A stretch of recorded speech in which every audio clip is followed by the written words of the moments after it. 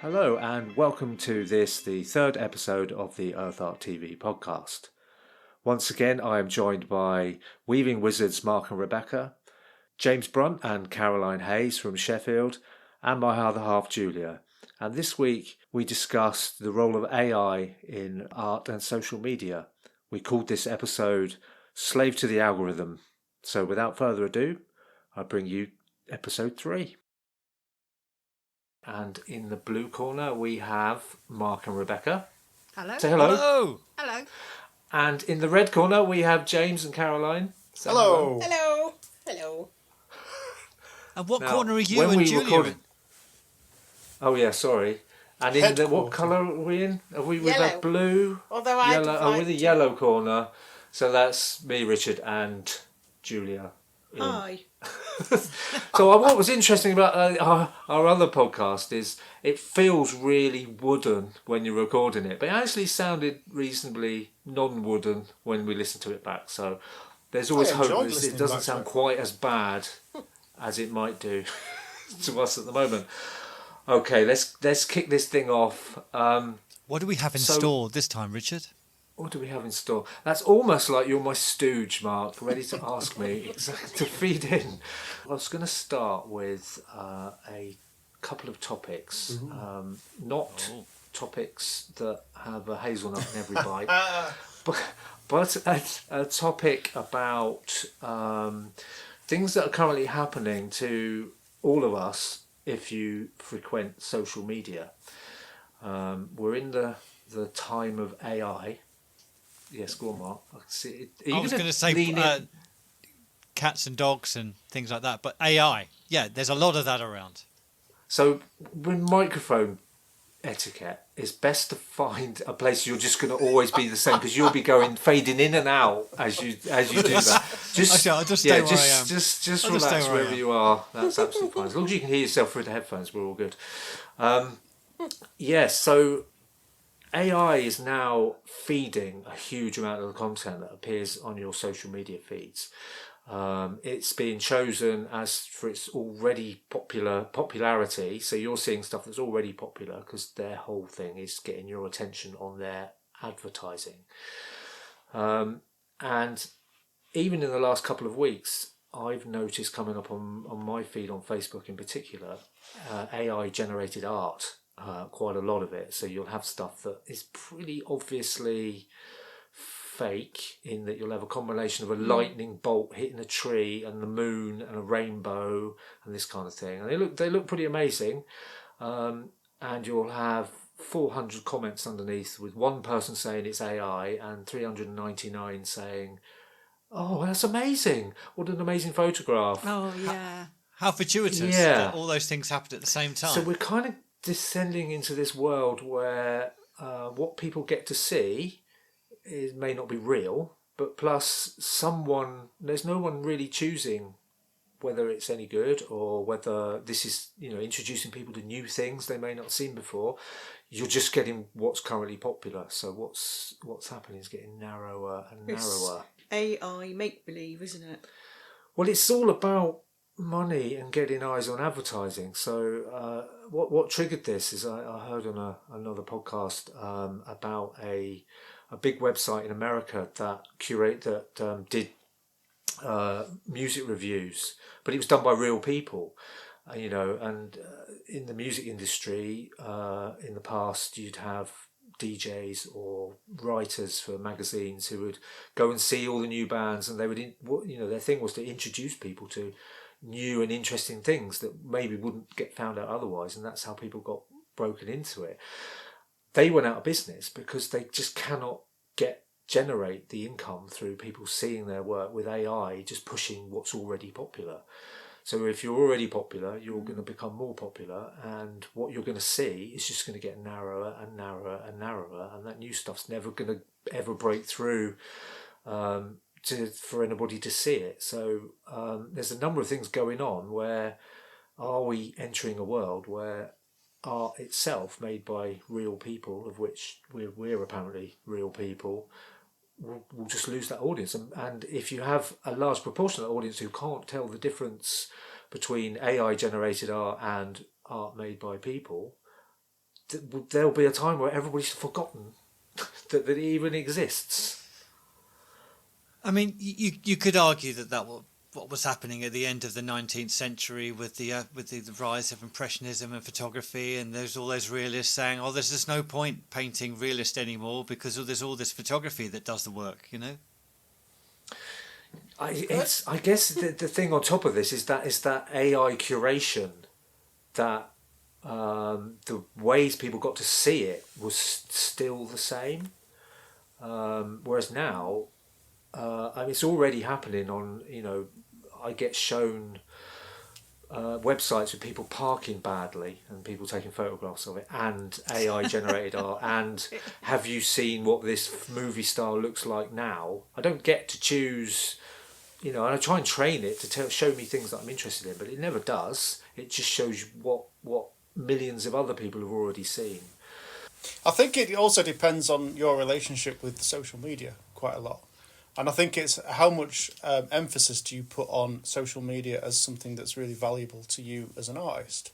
I personally don't worry about it too much. I know it goes on, I know it's there, and I know kind of like it is having an impact.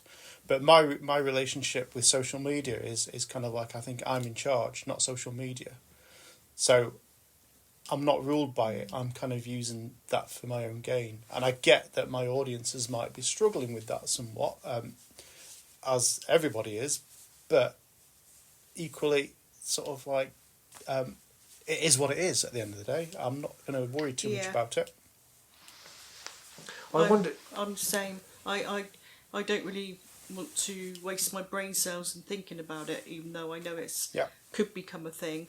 But I think, well, like you just said, it is what it is, and you just have to get on with it, really. It might be that we benefited from the kind of the golden age where certainly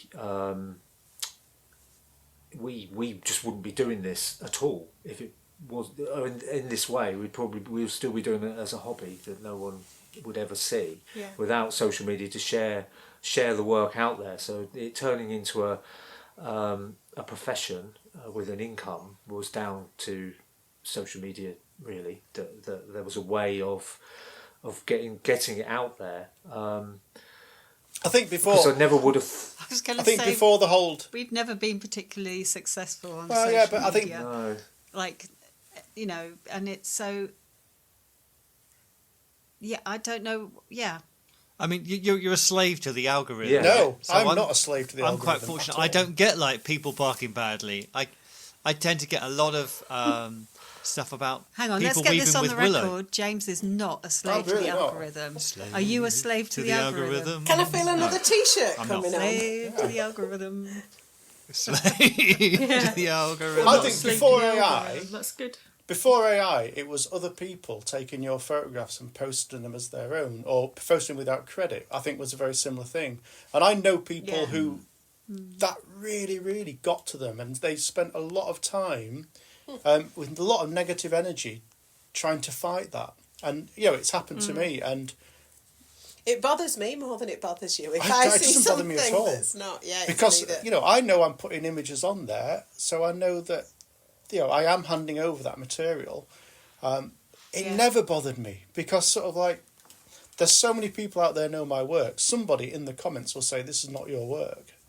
It's certainly not a fight I'm going to take up, and I think it's similar with AI. It's not a fight I'm going to take up. Because I'm never going to win it. It's just going to cause me grief if I even go down that road. Go on, Mark.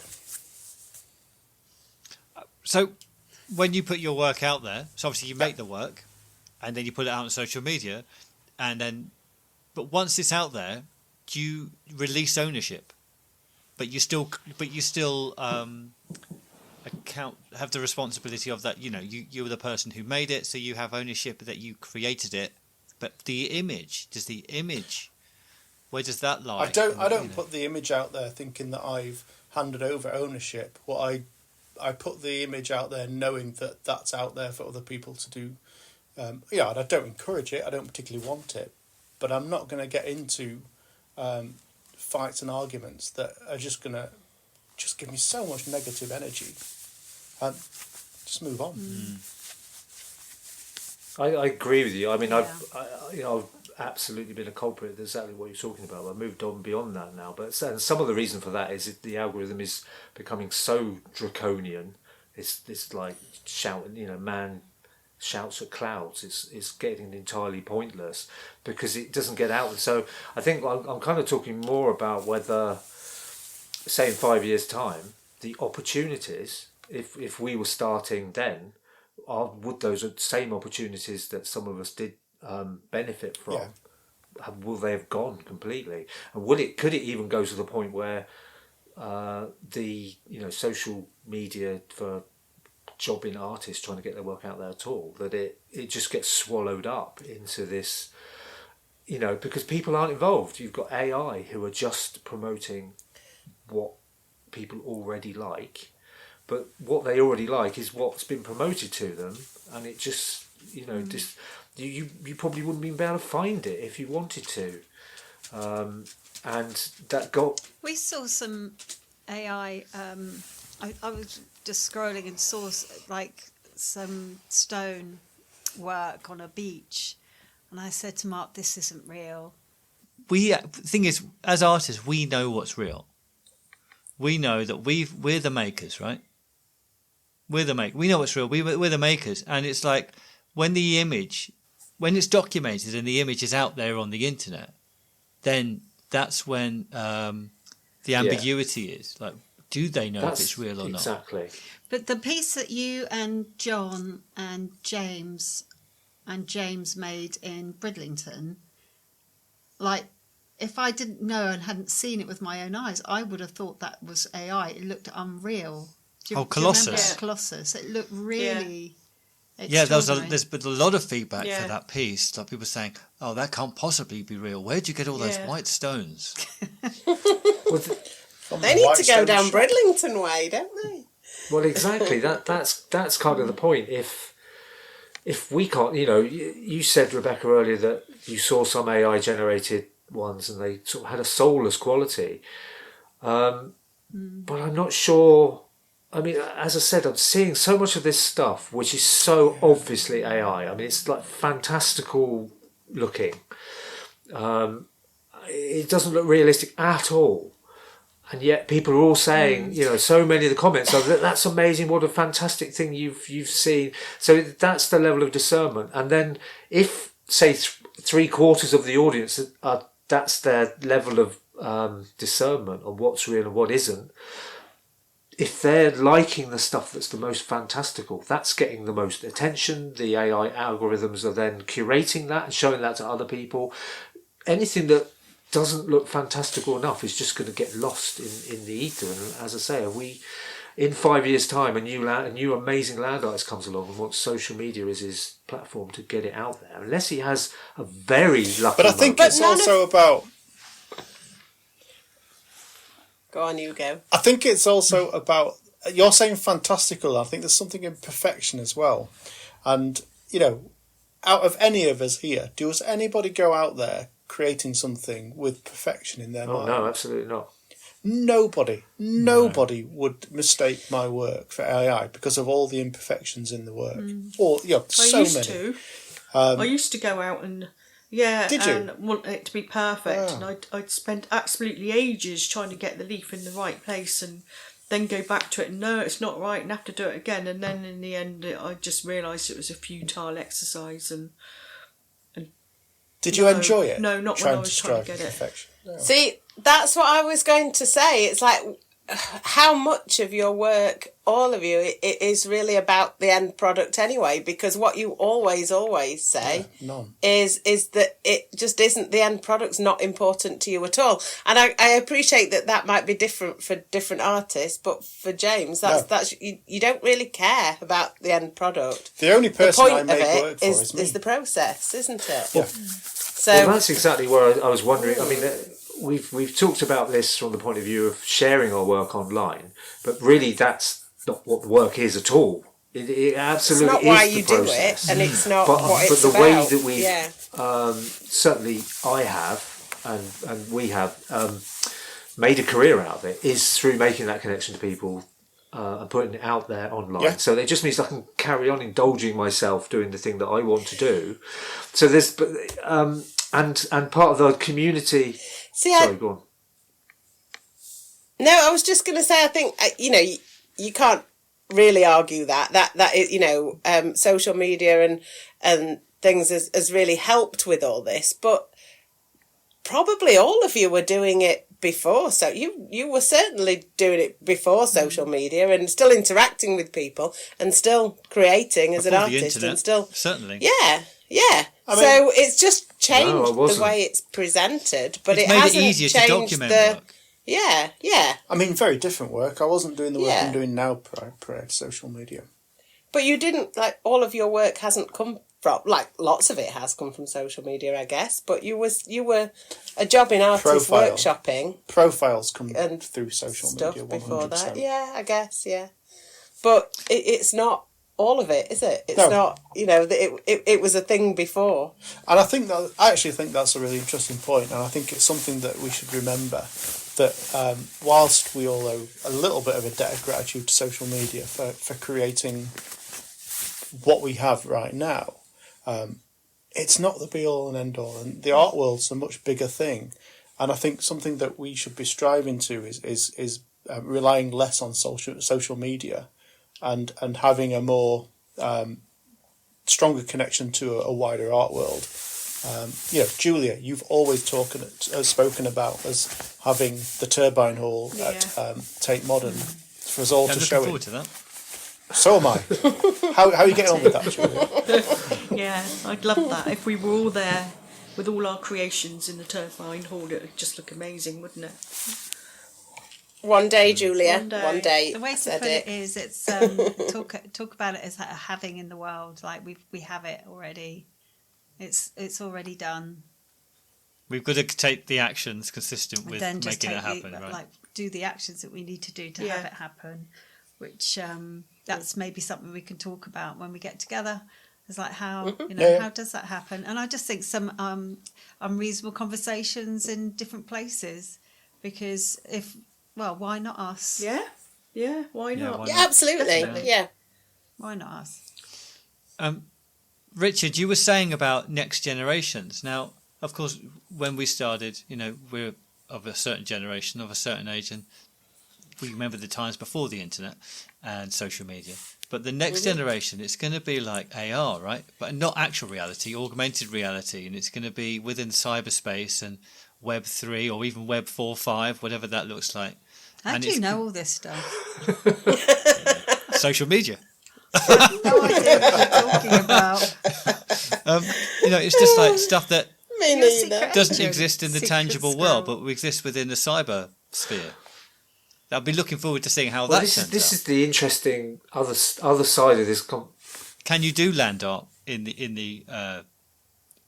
Well, exactly. This is really the other side of this conversation. It's time to change. This is. I don't know what you're talking about. We're talking about either. just one aspect of how people have found out that what we do. But actually, it's not what we do. It's just sharing it online. We would.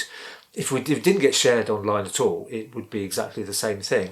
So I think there's two aspects to it. That there's been a community built through people connecting to this. So James was saying about how he was doing things beforehand. I wasn't doing things beforehand. It was social media where I originally saw things that inspired me. There was a web. I love that story, Richard, about how you got inspired. I just think that's just so brilliant, and that's inspiring in itself. That you that's what it's about. Exactly, surely. and it's kind of like, so I just wouldn't. I didn't. It wasn't in my worldview as something that I could ever do, and not just not in my worldview as in I wanted to do it and couldn't find a way. It just wasn't there at all. There's a website called Rock On with Bill Dan, the rock balancer, and that's one of the first things I saw, and it just put in my mind something that wasn't there before. So social media has created that. So again, it ties it. If AI is just giving you certain things, it's because it's connection between human beings, not just generating advertising. Yeah. And so the other thing we've got here is that we've inspired other people to do their own art, like, go out and make things where they hadn't seen anything before. James has been responsible for a lot of that. Something like Michael Grab, excuse me, has been responsible for a lot of people taking up rock balancing. James Page, it's the first thing he saw. Mark, you pointed out earlier on that artists all throughout history have always faced battles to get their work seen, and we've probably had our own. The internet was a really useful tool for us, but going forward into the future, those next generations of artists are still going to have the same kind of battles. They're going to be different. They're going to be their own battles, and I think a lot of what this comes down to is the sort of strength of the artist and the confidence in the artist and their dedication to their work and their trust in kind of like their own process. And I think the only thing that is going to kind of reward anybody ultimately at the end of the day is their own self-belief in what they are doing and doing it to a point where other people see it. And AI, whether it's there or not, there will be routes for people to get their work seen, and it's about the dedication to that cause to make that work be seen. It's quite possible. Yeah, so I was going to say to any artists out there, the key thing is to have conviction and be prolific. Yeah, and you'll start to get creative in other ways in how to get your work out there, how to be seen, how to be heard. So it's quite possible there might be a whole nother revolution that AI takes over so much that people distribute their work in completely different ways because it just doesn't work for them anymore, and it's going to have to and come the thirst through for somehow. people to just go outside. And the thirst for people to just go outside or just to experience the real is going to get greater and greater and greater. Definitely. I agree with that. Oh my God! Yeah, isn't there's that city being built in Saudi? Neom, and it's just like at the moment it makes my skin crawl just thinking about what they're doing. They're creating a city where you can look at it online, Google it, and it talks 1 mile long. Yeah, 1 mile long, and it's where people can experience nature, and you're just like they're talking about nature being an experiential rather than just going out and just. Why don't you just go and experience nature? Exactly. It's just Because really, they're in the wasting desert. your There time. isn't anything. well, it's a bit like being on like the Starship Enterprise, isn't it? Where they used to go and press a button and then be in a jungle. Yeah. It's kind of like it's very odd. I mean, it's kind of what we're talking Wow. about with augmented reality. It's holodeck experience. Yeah. Yeah. Just Holodeck coming to you in your own living room. it is quite odd, isn't it? Just to It's think like about. Total Recall. Yeah. Get your ass to Mars. Yeah. Well, this makes me think about. Yeah, get your ass Makes to me think Mars. about our potential podcast listeners, of which I think we had, all 9 of them. Maybe Hi, Mum. 4.5 of them have 3 were me. only seen our work online, and they're hearing us talking about our work online and they're seeing the social media. They may not really appreciate what's behind it. The other 4.5 we might have met in a bush somewhere.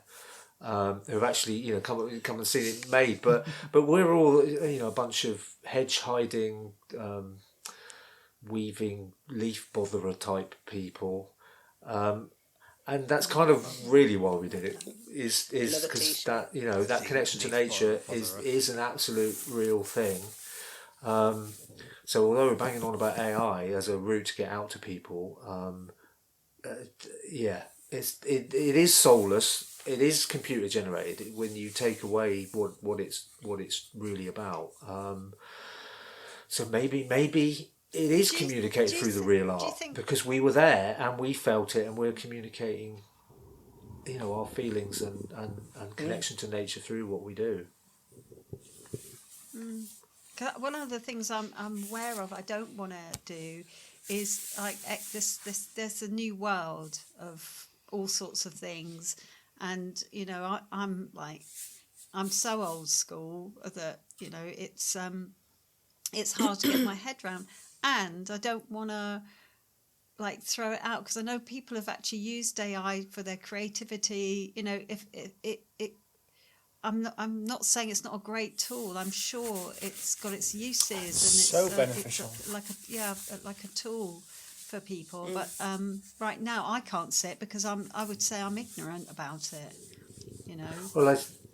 Well, I think that's really interesting because that coming from a profession, being part of a marketing profession, that it's obviously huge in that. But personally, for me, I wasn't comfortable with that, and I get what you're saying in that.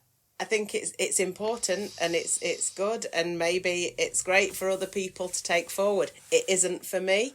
It absolutely isn't something I want to get involved in. And I'm probably going to be forced to be involved in it one way or another. But, I think it's, it's just not for me. It's not something that I want to be part of, I suppose ideally. Maybe it does have its uses with what looks to be ephemeral art, in fact that it doesn't actually touch anything that's natural. In fact, this doesn't cause any damage. You could do a huge rock balance in AI and it doesn't harm any. It actually does. Well, no, it does, the energy, the producers to have that system in process creates huge amounts of sort of... In these data centres and I agree with you. Yes, that doesn't work at all. Yeah, it doesn't work at all. No. What is? Do you know what the impact is? Do you know any figures? Because I know it's huge, isn't it? They're cooling massive, great big places where they under keep the it ocean. cool. Yeah. All that It's energy huge. going into Netflix all that nonsense. Produces the CO2 of a fairly large country, I think, just from people streaming TV programs and Bitcoin mining. So the Bitcoin, what do you call it? I'm trying to think of the word. Cryptocurrency is this blockchain technology, which just means every transaction carries around all of the transactions there have ever been. So it's separate from a government or a bank having to handle it. So you'd have the whole ledger, as it were, and the processing power needed to do that. That's again, it's like a fairly large country, just to being able people to be able to move this pretend money around. So, but then that's the world we live in. It's like there's people who try and be, even if you're a vegan, the food you eat is grown in a monoculture away from whatever. It's pretty difficult to be zero impact. We'll never go back to being a natural world, will we? Will we ever? Really? What is that? Yeah, what is that after all? It's hard to imagine. I mean, unless there are safe zones that we just leave leave alone. Because I was going to say with water, our sink's broken. The waste pipe. So we can't just let it go. So we have to do something with the water. And one of the things that's got me present to is how much water that we use, and it's shocking. And that's like people probably. I mean, I'm going to say this really badly, but that's drinking water for probably like 70-80% of the world that I just throw away. Yeah, for sure. And it's what do you? I mean, that's going to be like gold one day. And I look at it, just water wars. I looked at our water bill the other day, and it was interesting how it's exactly the same amount averaged in a quarter for each day, and it's something like 140 litres a day, and we hardly use anything, and yet that's just normal. It was ridiculous. But we're built on this infrastructure where each individual or family is trying to do whatever, but we're kind of built into this thing. We're going down the doom route now. I don't want to get political on the podcast. Go on, James. Why not? It's going Come to. on. But but until there's real demand for change, or there's real kind of like an ideology about change, nothing's going to happen. Nothing's going to happen at all. I don't think it's I really don't think frustrating. we're wired for it. I think there's no political. No, but I don't think as all. individuals we're really wired for it. We've got these brains that we can imagine fantastical universes or what it's like, the cosmos, and what it's like to be someone else. but our instincts are kind of we can deal with things when there's an imminent threat. If your house is on fire or next door house is on fire, you sort it. It's the town over. It just doesn't. But we're close to an imminent threat. But it isn't enough imminent think threat. If it was literally threatening your life, suddenly people. I was a fire officer when I worked for AXA, so I had to go on a course where we learned about how to use fire extinguishers and all that kind of thing. And they were showing us these videos of human behaviour, and they had one where it was on a CCTV with people queuing up to pay for stuff in an off licence, I think, and somebody come in and set fire to a load of stuff in the corner of and you could kind of see it in the back, and there's a queue of people, and there's this thing where you could tell they all were noticing there was a fire. But until somebody broke rank and said, "Oh my God, there's a fire!" Suddenly everybody, "Oh my God!" So there's ways we outwardly behave. We can have in our imaginations what we think we'd like to do, but we don't. And so we know that these things are imminently dangerous, but they're not dangerous enough for what we react to, because our instincts go with what's a direct threat to our life there and then in your face, which is why I think we're pretty doomed, because it's going to be too late by the time it's really threatening us that much. This is doomed. So last. Anyway, if you want to have a laugh, so have we put if you want AI to have to a bed? laugh, Yeah, I think listen to episode 2. Switch this off now because it's right. Okay, I'm going to move. Well, I was thinking about the AI. I mean, and like especially with the rise of the machines, right? The robots. I mean, you probably won't get robots moving very small stones or very small sticks into concentric circles and spirals. John Foreman's a bit of a robot. He is. He's a machine. He's a machine. He's a machine, that man. Prolific. He is prolific. But I've got a feeling that you probably won't have robots making large willow sculptures. You never know. Or baskets at the moment. Maybe a long time off. Or crochet hats or vessels. Or But you think hats or about vessels. it, that even baskets, a machine cannot make a basket, can it? A woven basket. As far as we know. They can't. As far as we know. So your baskets are in any of the shops, even like, I don't know, Home Sense, that kind of, they've been made by humans. So that's the thing to watch out for. So What about that things plastic woven garden furniture?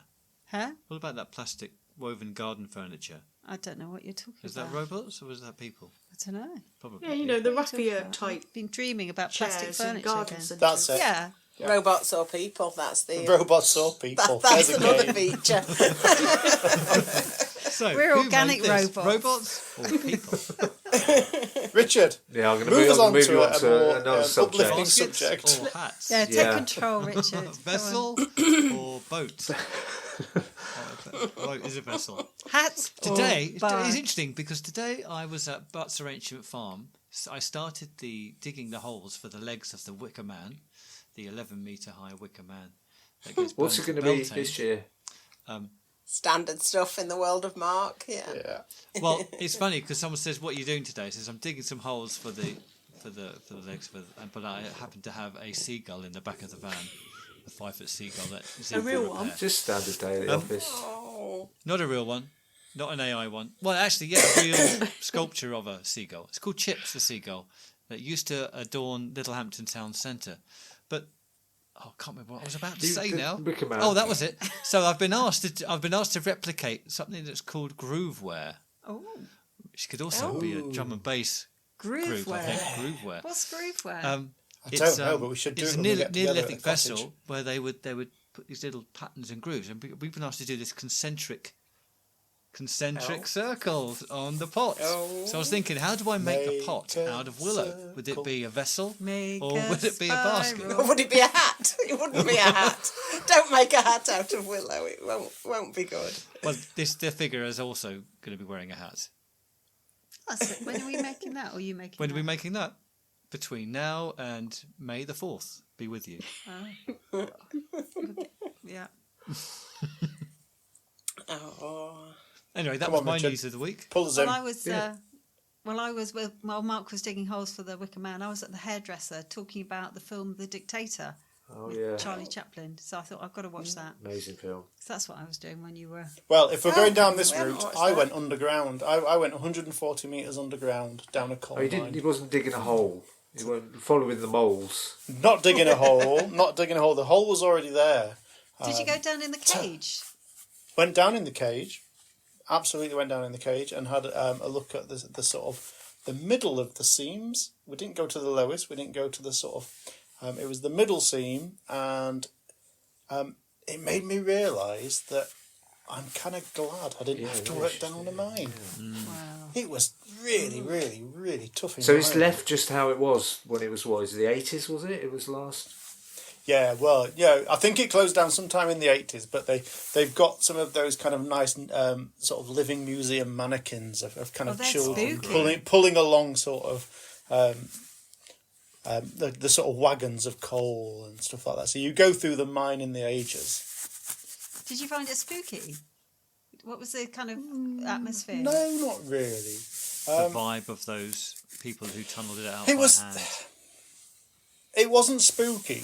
It was kind of like just really, really, really sort of intense sensation in terms of kind of like your surroundings. You know, you're looking around, and so there was some of the original woodwork that kind of like I was putting my finger up, and it was like, this is nearly rotten. Wow. This woodwork from years and years ago, which was still the original stuff, that you could kind of press your finger into it and you're thinking, what's that holding up? So it was just very, very sort of how high strange. was the ceiling? Yeah. Did you stand up? It kind of varied. Some of it's really, really high. Yeah. Oh, absolutely. Some of it's really high, but then there's areas that you went down that you were really kind of, if you were claustrophobic, you were. Yeah. Is it true about coal that all the coal in the world was laid at the same time? And someone also said to me once that all the coal across the world happened at the same time. I don't know, 100 million years or something. But the reason why it's the way it is because of the way the oxygen was at the time. There weren't the right kind of plants. It just sort of sat there and became a certain something. Yeah. It didn't break down, didn't it? So as it went to the bottom of the bog or whatever, there wasn't enough oxygen to break it down, or it was like a... Chris Packham did a programme, didn't he, about it? Anaerobic environment. Did you watch that called Earth?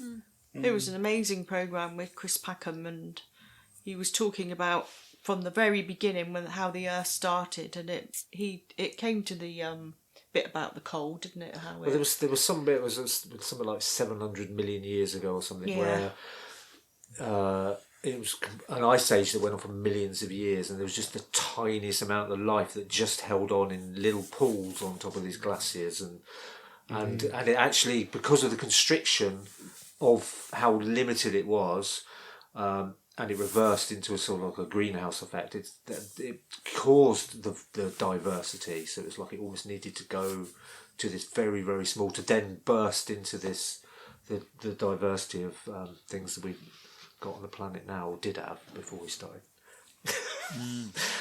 So James, what did you make in the depths of the coal mine? Here's the thing: I haven't made anything down there yet. This was just a tour. I went down with Tim Hayward, who's a young lad I work with. So we just went down there just to do the tour. I have spoken to them about making work underground, and I think the issue will be is they don't let you take any electric equipment down there. So no phones, no cameras, anything with a flash, because there's still the sort of methane gas. Wow. So whilst there is lighting underground, it's all very, very specific lighting that's been created for that environment. We're still in negotiations. I still want to make a piece of work underground. But a glow stick. They must have filmed down. There must be a way of doing it, surely. There will be a way of doing it. I'm sure there will be a way of doing it, yeah. That would be quite something. The whole set, because this is a residency at the National Coal Mining Museum, so I've got access to the whole site, and I think one of the reasons why they've got me there is because as a museum, people turn up, they look around the indoor museum, they go underground and they leave. What they've still got there is they've got the woodland on site that they use to get the wood for the timbers and all the props. They've got the whole site. So there's loads of, even now, there's water being pumped out of the mines to keep them accessible. And that water goes through a 5-stage filtration process before it gets then released back in the wild. So through the woodlands is a brook, really kind of fast-flowing kind of like brook. But that starts here. That's gone through these 5 stages of filtration. The first 3 are kind of just like man-made troughs where all the sediment goes to the bottom, and then it goes into 2 natural reed beds, kind of one above the other, like split level reed beds. And the reeds, going through the sort of roots of the reeds, is the best thing to purify this water before it becomes a new watercourse that then heads into the nearest river, I guess. So it's a fascinating site, but everyone just turns up, does the underground tour, looks at the museum. So I think I'm there to sort of... eyes on it. It's like to create new... Yeah. But this week we have some news because we've accepted for a commission. There's a new nature reserve, the newest nature reserve in Chichester, the south of Chichester in West Sussex, and we've been commissioned to make a 5-metre winkle. No, we gave them 10 ideas, 10 things, yes. and they liked the winkle. I think it looked all pretty. the ideas. Yeah. We all like the winkle. I mean, Mark's winkles are known around the whole of Britain, I believe. But it's size not, doesn't maybe it's winkle, not plural. the size Just that counts, the one. is it? Mark's winkle has been seen far that and wide makes more across sense. the south coast of England. They've got a big winkle at Thornton Cleveley's at the beach. Metal one. A metal one. It's huge. Big metal winkle. Yeah, it's massive. Wow. Was that your winkle, Mark? It'll certainly be robust. And It'll be big. it'll be big. There will be a metal element, and there'll be seating and windows. And, You can sit in the winkle. Yes. You'll the be able to winkle sit will inside the be- winkle and look out the windows. It's a winkle shelter with windows. Am I going to lower the tone if I actually explain to our US-based listeners what a winkle actually is? Because, I mean, maybe... It's not what you think. It's like a sea snail kind of thing, isn't it? That you can collect and boil... Shellfish. Boil and eat with a pin. So you stick the pin in the end of the winkle, and you sort of twist them out, and you can pull out a little shellfish thing. But it is also probably English colloquial term for other kinds of appendages, just for the pointy shoes, as well. So thank you again for listening to this podcast, and for you guys for joining me to take part. No problem. Always a pleasure. Chat. Loved it. Yeah. And I think the next one may well be in person when we're getting together in a cottage in Lancashire for a busman's holiday. I am very much looking forward to that. Excellent. Yeah. So that will be something to look forward to, and we shall be organising some special guests for that episode, and trying to think of something else we can talk about. Yeah. Yeah. I'm sure we'll find something. Thank you and goodbye. So, bye from us. Bye from you guys. See you Bye. next time. Thank you. Bye. Take care. Bye-bye.